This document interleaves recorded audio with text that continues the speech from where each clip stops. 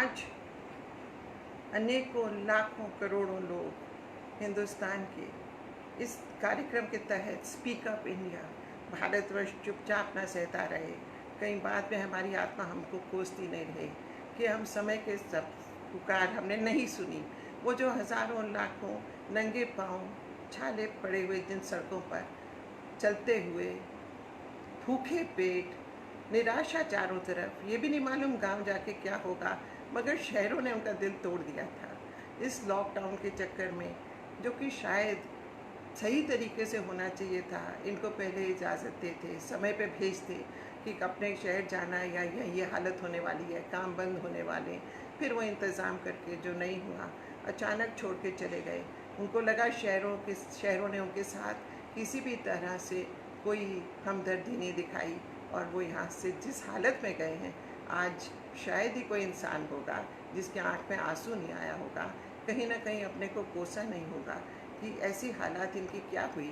जो इस कोरोना बीमारी, तो ज़रूर उसकी तरफ तवज्जो हमें देनी चाहिए थी, मगर इतनी बड़ी संख्या में गरीबों को त्याग देना, जो कि आप सोचिए कि हिंदुस्तान के वो लोग हैं जो कि 30% हर शहर में और कहीं कहीं उससे भी ज़्यादा डेली वेजर्स हैं, यानी कि रोज़ाना का जो मिलता है उस पर भोजन खा के अपने बच्चों के मुंह भर के और वो सो जाते हैं थके हुए, मगर आज उनको वो भी उनसे छिन गया।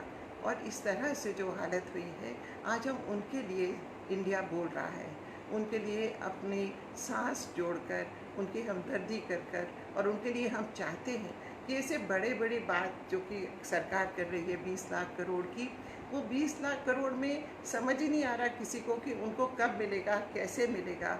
जो हमारी वित्त मंत्री का भाषण था बजट पर, इन सब के लिए उस बजट में सारी चीज़ों को मिला दिया गया है। आपको ईएमआई से राहत, शहरी लोगों को से राहत, इधर राहत, इनको क्या मिला? इस समय भूखे पेट को खाना चाहिए, बीमारी में इलाज चाहिए, बच्चों की ज़िंदगी चाहिए, बच्चों को माँ बाप की ज़िंदगी चाहिए। आपने वो सब, बहुत सारे लोगों ने टेलीविज़न पे उन चेहरों को देखा है जिनको फ़ोन पे पता लग रहा है कि बेटा मर गया, किसी बेटे को पता लग रहा है कि माँ मर गई, कोई बच्चा स्टेशन पर खेल रहा है अपनी माँ से खेलते खेलते, मालूम नहीं कि भूखे पेट दम तोड़ दिया उसने। तो ये तमाम वो लोग जिनके कहीं कोई सोचे कि कुत्ते को खाने की नौबत आ गई, एक मरे हुए कुत्ते को, तो किस तरह से मोहताज हुआ वो, किस तरह से उसकी जो आवाज़ है उसको आज हमें उठाना होगा, नहीं तो ये आत्मा हमें झंझोड़ती रहेगी सारी उम्र कि हमने कुछ नहीं किया। आज उनको उनके उनकी पॉकेट में, उनके पास पैसा पहुंचना चाहिए कि रोटी खा सके। वो हमारी बड़ी बड़ी स्कीमों की इंतज़ार नहीं कर सकते कि कौन सा ये 20 लाख करोड़ का जो पैकेज है इसमें उनके हिस्से कब आएगा, उनको रोटी कैसे मिलेगी।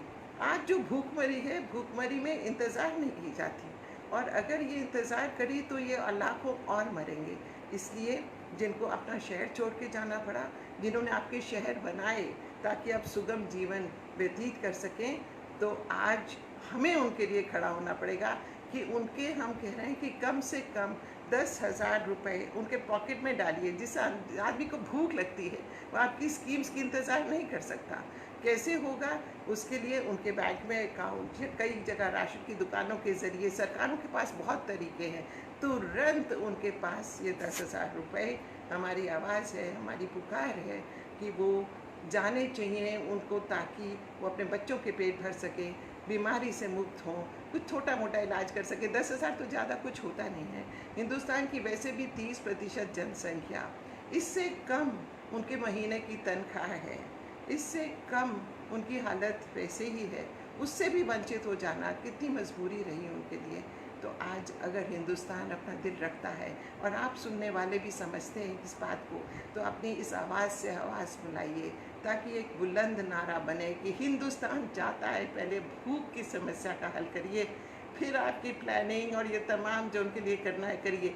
वैसे भी मैं यहाँ ये ज़रूर कहना चाहूँगी कि हमारी सरकार केंद्र की सोच रही है कि लेबर लॉज का परिवर्तन किया जाए, संशोधित किया जाए।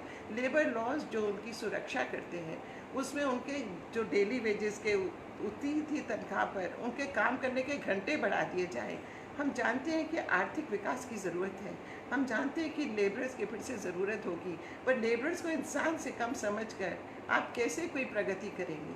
और वो प्रगति नहीं होगी। और अगर लेबर लॉस का वायलेशन होगा तो अंतर्राष्ट्रीय लेबर ऑर्गेनाइजेशन यानी कि ILO ने पहले ही कह दिया है, घोषित कर दिया है कि अगर हिंदुस्तान इन लेबर लॉस का उल्लंघन करेगा तो बड़े बड़े देश इसमें शायद आकर अपनी पूंजी भी निवेश नहीं करेंगे।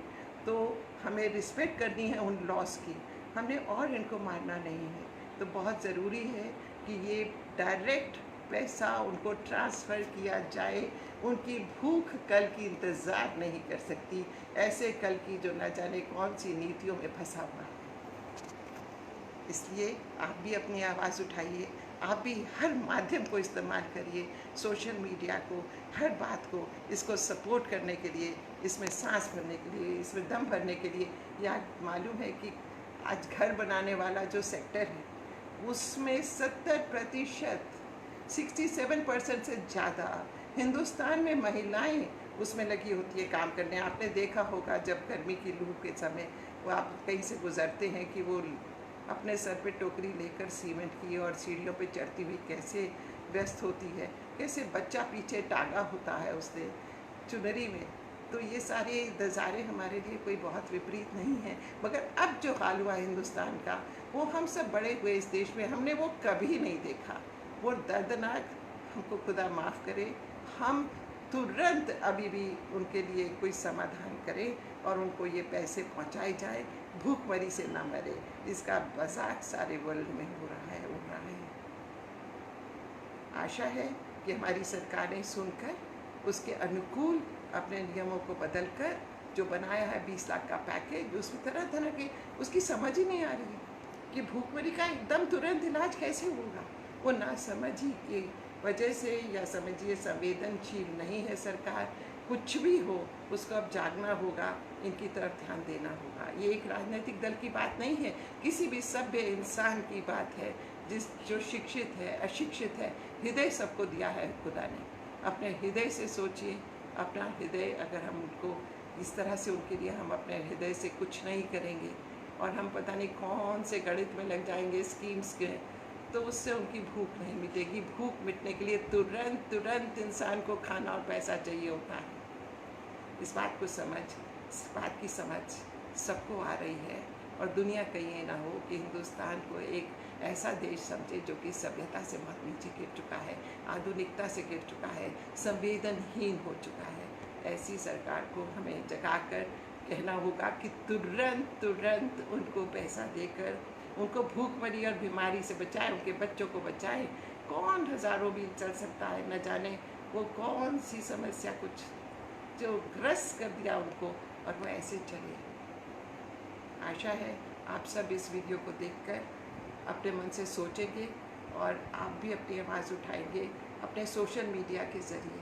सोशल मीडिया में बहुत दम है, जनता की पुकार में, आत्मा की आवाज़ में, कि वो लोग जगाएं सरकारों को।